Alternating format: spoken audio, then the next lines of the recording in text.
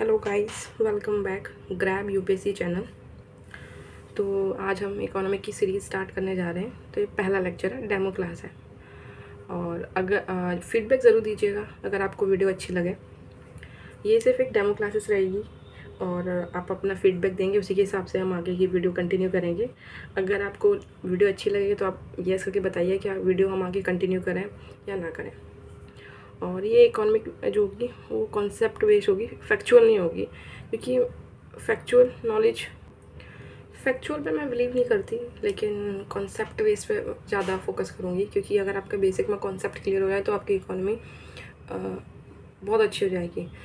इसमें मैंने 60 लेक्चर होंगे। मैंने एस्टिमेट लगाया है कि इसमें 50 to 60 लेक्चर्स होंगे, वो कंटिन्यू करेंगे। पूरी सीरीज़ होगी और जैसे जैसे वीडियो आगे बढ़ती जाएगी और व्यूज़ अच्छे आते जाएंगे तो मैं सारी सीरीज़ पूरे 50 to 60 लेक्चर सारे कंप्लीट करा दूँगी। ये लेक्चर मोस्टली जो मेरे होंगे वो प्रीलिम्स पर फोकस होंगे और ये हिंदी के लिए है। हिंदी वाले स्टूडेंट के लिए बहुत कम क्लासेस होती हैं, तो उनके लिए यूपीएससी के लिए है, यूपी पीसीएस के लिए है, अदर स्टेट के पीसीएस के लिए भी है। कोई भी एग्ज़ाम वाले दे सकते हैं इकोनॉमिक के लेक्चर। जैसे जैसे प्रीलिम्स पास आ रहा है उस हिसाब से मैं लेक्चर की कंप्लीट कर दूंगी, क्योंकि उसके बाद और भी वीडियोस बनानी होंगी। हिस्ट्री हो गई हमारी, ज्योग्राफी हो गई, और भी सब्जेक्ट है। तो जैसे जैसे अगर ये विद इन 2 and 3 मंथ्स में कंप्लीट हो जाती है तो हम आगे की वीडियो भी और बनाएंगे। ये एक बेसिक होगा जिससे पता चला जाए ताकि इकोनॉमी को कैसे पढ़ाया जाए, कैसे इसमें बेसिक कॉन्सेप्ट डाले जाए जिससे आपको समझ में आए, ईजिली इसे समझ में आए। और ये उन बच्चों के लिए ज़्यादा है जो बिल्कुल ज़ीरो है इकोनॉमी में, उनको कुछ आता ही नहीं है। जैसे जैसे मेरी इकोनॉमिक की सीरीज़ आगे बढ़ी वैसे वैसे आपको कॉन्फिडेंस आ जाएगा, एक स्ट्रॉन्ग फीलिंग आएगी कि हाँ मैं इकोनॉमिक कर सकता हूँ। और मेरा पढ़ाने का मकसद सिर्फ है क्वेश्चन कहीं से भी आ जाए आप बस उसको टैकल कर पाएँ, बस ये मेरा पॉइंट ऑफ है। इकोनॉमिक तभी समझ में आएगी जब आप उसको समझना चाहते हैं। आपके अंदर एक विश्वास लाना होगा कि आपको इकोनॉमी समझनी है और मैं समझना चाहता हूँ, मैं अच्छे से पढ़ूँगा। और सच में इससे ईजी सब्जेक्ट कोई हो ही नहीं सकता। अगर इसके कॉन्सेप्ट क्लियर है ना, इसका एक भी क्वेश्चन गलत जा ही नहीं सकता। भारतीय अर्थव्यवस्था का परिचय। तो ठीक है, हम स्टार्ट करते हैं सीरीज़ अपनी।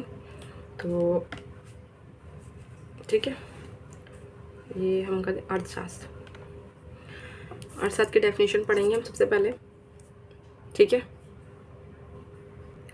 अर्थशास्त्र का मतलब क्या होता है? जो आर्थिक क्रियाएं करते हैं उन्हें अर्थशास्त्र कहते हैं। अगर सिंपल डेफिनेशन बोलें तो जो भी गतिविधियां हो रही हैं वो आर्थिक में, वो अर्थशास्त्र कहलाती हैं। ठीक है, जिसके अंदर उत्पादन, उपभोग, विनिमय, वितरण का अध्ययन होता है वो अर्थशास्त्र कहलाता है। ठीक है, तो अर्थशास्त्र को अगर सिंपल वे में समझते हैं तो सामाजिक विज्ञान की एक शाखा के रूप में कार्य करती है। ठीक है, उसके बाद इसके अंदर हमारा उत्पादन, उपभोग, विनिमय और वितरण होता है। ठीक है, तो फिर आप लोग समझोगे ये क्या चीज़ आ गई है। उत्पादन, कोई भी देश है किसी ना किसी चीज़ का उत्पादन करता है, चाहे कच्चे माल का करे, चाहे वो इंडस्ट्री में रख के किसी चीज़ को बनाने के बाद, तो वो उत्पादन ही होता है। जैसे कोई गेहूँ किया तो उसने गेहूँ का उत्पाद किया अपने मतलब कॉमर्शियल जो एरिया में उसने अपने गेहूँ को उगाया, तो गेहूँ का उत्पाद हो जाएगा। अगर किसी की कोई फैक्ट्री चला रहा है तो वो भी किसी बिस्किट है, बिस्किट का भी एक उत्पादन हो रहा है ना, तो वो हो गया। उपभोग मतलब जैसे कि हमने खाना खाया तो हमने वो खाना उपभोग किया है ना, तो उसको हम उपभोग बोलते हैं। ठीक है, चाहे वो किसी चीज़ का उत्पादन करे, बड़े लेवल पर देखें तो वो जैसे कि जहाज़ों का निर्माण करता है, एरोप्लेनों का निर्माण करता है, मशीनों का निर्माण करता है, तो ये भी एक तरीके का उत्पादन ही हो रहा है। स्टील का निर्माण करे तो ये सब क्या है, ये सब क्या है, तो ये सब उत्पादन ही तो है, कहीं ना कहीं उत्पादन हो रहा है ना देश में, उसी को हम उत्पादन गतिविधियाँ कहते हैं। विनिमय के अंदर ये एक चीज़ होती है, किसी भी चीज़ को खरीदा और बेचा जाए तो वो विनिमय कहलाता है। मतलब जब हम किसी चीज़ का आदान प्रदान करते हैं, पैसे के साथ करते हैं, तो विनिमय मुद्रा का प्रयोग किया जाता है, उसे हम विनिमय कहते हैं। मुद्रा का प्रयोग, हाँ, मुद्रा का प्रयोग किया जाता है। विनिमय दो प्रकार से होता है, जैसे कि पुराने ज़मानों में जो पुराने ज़माने चले जाएँ तो वस्तु विनिमय होता है, जो आज के समय नहीं होता है। 1991 से पहले की बात है। जैसे मान लो कि ये एक पर्सन ये है, ठीक है, ठीक है, दूसरा पर्सन ये गया, ठीक, ये इसके पास कुछ है, जैसे मान लो इसके पास गेहूँ है, ठीक है, और इसके पास सब्जियां हैं, तो इसे गेहूँ की ज़रूरत है, इसे सब्जियाँ, तो क्या कहते हैं, इसने इसको गेहूँ दे दिया, सॉरी इसने इसको सब्जी दे दी, इसने इसको गेहूँ दे दिया, तो ये क्या, तो एक वस्तु विनिमय प्रणाली होती थी उस समय, वस्तु विनिमय प्रणाली, ये पहले प्रणाली। लेकिन अभी क्या चलता है आधुनिक काल में, अभी क्या हो गया, मुद्राओं के साथ प्रणाली चल रही है, मुद्राओं का विनिमय हो गया है। ठीक है, मुद्राएं जैसे कि मान लो किसी को वस्तु चाहिए, जैसे हमें कुछ चीज़ खरीदनी है, मतलब ये कोई है, इसका मतलब बता दिया 30 रुपये रेट है, तो इस बंदे को चाहिए हुआ, तो उसने इसको 30 दिया, तो उसके बदले में वो वस्तु से दे देगा। तो अभी इस समय मुद्राओं का प्रयोग चल रहा है। चौथा वर्ड आ गया वितरण। बच्चों वितरण का इंग्लिश में वर्ड जो होता है वो डिस्ट्रीब्यूशन होता है। ठीक है, अब ये चीज़ें कहाँ कहाँ वितरित हो रही हैं, चाहे वो समाज के गरीब तबके को मिल रही है, चाहे अमीर तबके को मिल रही है, या फिर चाहे किसी को भी सोसाइटी में कहीं भी जा रही है, तो उसको हम वितरण कहते हैं। ठीक है, ये एक सामाजिक विज्ञान की शाखा है पहला पॉइंट। दूसरा क्या, इसके अंतर्गत उत्पादन, उपभोग, विनिमय, वितरण का अध्ययन होता है, तो इसी को हम अर्थशास्त्र। ये तो था बेसिक टर्म। और अब हम आधुनिक अर्थशास्त्र में मतलब क्या है, क्योंकि 1991 के बाद अर्थव्यवस्था में बहुत बदलाव आए हैं और काफ़ी ऊपर तक गई है, तो इनमें से आधुनिक अर्थशास्त्र के बारे में बताएंगे। तो जिससे राजस्व, जन कल्याण, अंतर्राष्ट्रीय व्यापार, विदेशी विनिमय और बैंकिंग आदि का अध्ययन किया जाता है, उसमें आधुनिक अर्थशास्त्र कहते हैं। तो इसमें ये चीज़ें जुड़ गई हैं, राजस्व जुड़ गया है, जन कल्याण जुड़ गया है, अंतर्राष्ट्रीय व्यापार जुड़ गया है, विदेशी विनिमय जुड़ गया, बैंकिंग प्रणाली जुड़ गई है। जन कल्याण मतलब आज जितनी भी योजनाएँ चलती हैं वो जन कल्याण के आधार पर तो चलती हैं।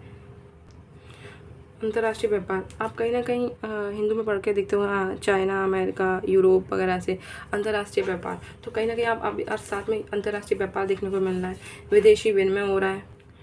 अंतर्राष्ट्रीय व्यापार किसी भी देश की रीढ़ की हड्डी की तरह काम कर रहा है, क्योंकि हर आदमी चाहता है अंतर्राष्ट्रीय व्यापार में निर्यात बढ़े, आयात घटे, लेकिन भारत के परिप्रेक्ष्य में थोड़ी सी गड़बड़ी है। तो हर आदमी चाहता है कि विदेशी विनिमय ज़्यादा हो सके, मतलब फॉरेन रिजर्व ज़्यादा हो सके। जिस देश का फॉरेन रिजर्व जितना ज़्यादा होता है उस देश की अर्थव्यवस्था उतनी ज़्यादा मजबूत होती है। नेक्स्ट है बैंकिंग। आपने देखा आज के समय इंटरनेशनल बैंकिंग स्टार्ट हो, विदेश की कंपनियां भारत में आके व्यापार कर रही हैं कहीं ना कहीं। तो ये सब क्या है, देखा जाए तो अर्थशास्त्री है, ये आधुनिक अर्थशास्त्र हो गया।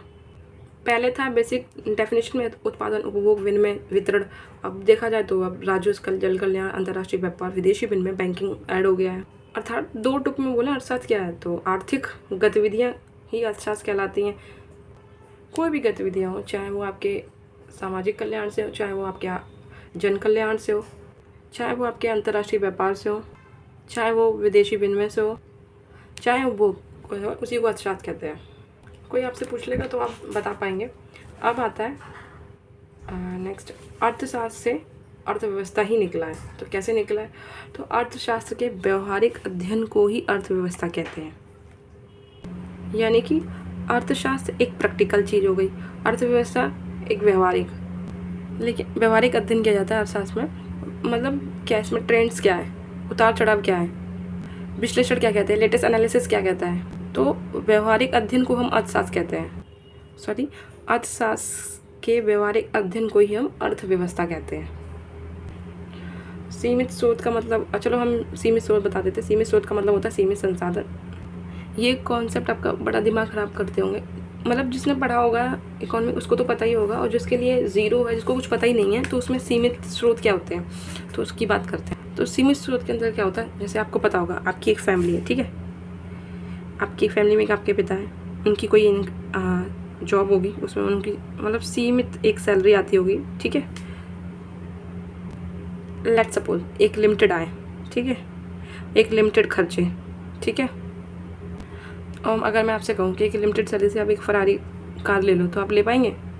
इम्पॉसिबल है, नहीं ले पाएंगे, क्योंकि मेरी सैलरी सीमित है, मतलब मेरे पास संसाधन सीमित है।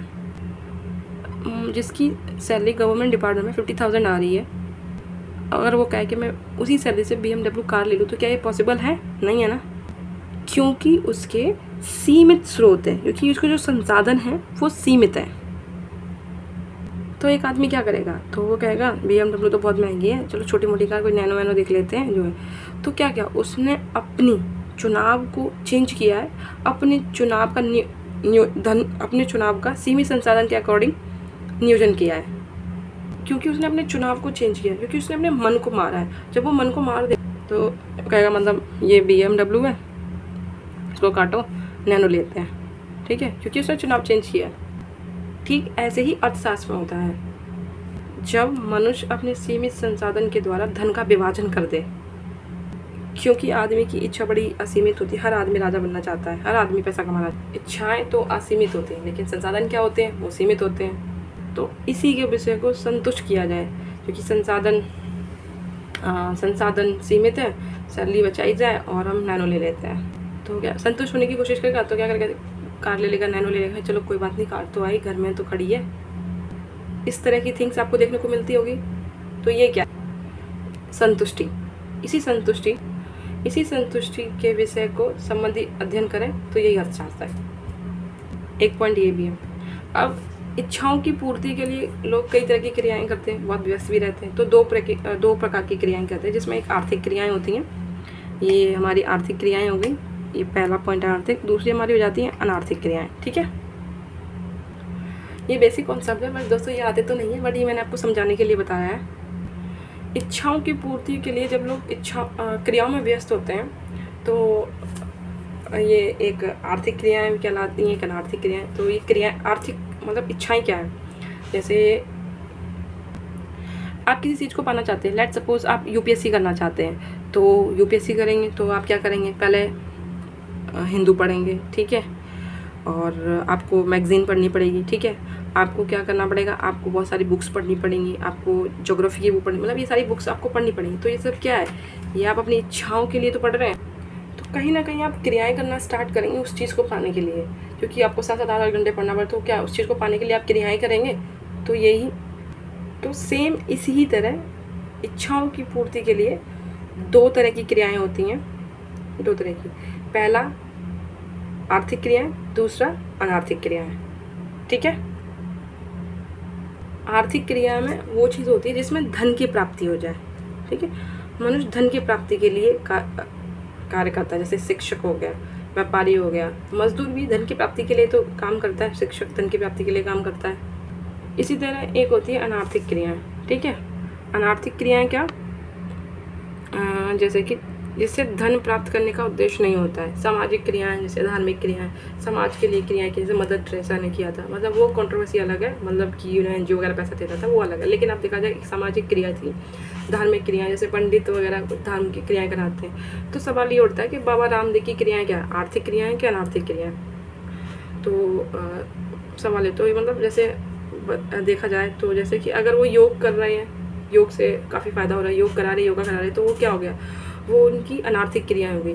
लेकिन वो पतंजलि का प्रोडक्ट बेच रहे हैं, तो क्या हो जाएगी, वो उनकी आर्थिक क्रिया, क्योंकि उससे वो पैसे कमा रहे हैं। तो ये चीज़ हो जाती है, दोनों तरीके से। तो अर्थशास्त्र के जनक जो हैं एडम स्मिथ हैं, जो 1723 से हैं 90 तक रहे हैं। इनकी एक बुक है जो वेल्थ ऑफ द नेशन है, वेल्थ ऑफ द नेशन, ठीक है। भारतीय अर्थव्यवस्था के जनक कौन है, तो PV नरसिम्हा राव, ये हमारे PM रह चुके हैं 1901 से लेके 96 तक, ठीक है। तो ये सब लेक्चर है दोस्तों, आप फीडबैक ज़रूर दीजिएगा कि आपको कैसा लगा, और बताइएगा कि आपको अच्छा लगा कि नहीं लगा, जिससे मैं लेक्चर आगे की सीरीज़ कंटिन्यू कर रहा हूँ। सो धन्यवाद, बहुत बहुत शुक्रिया।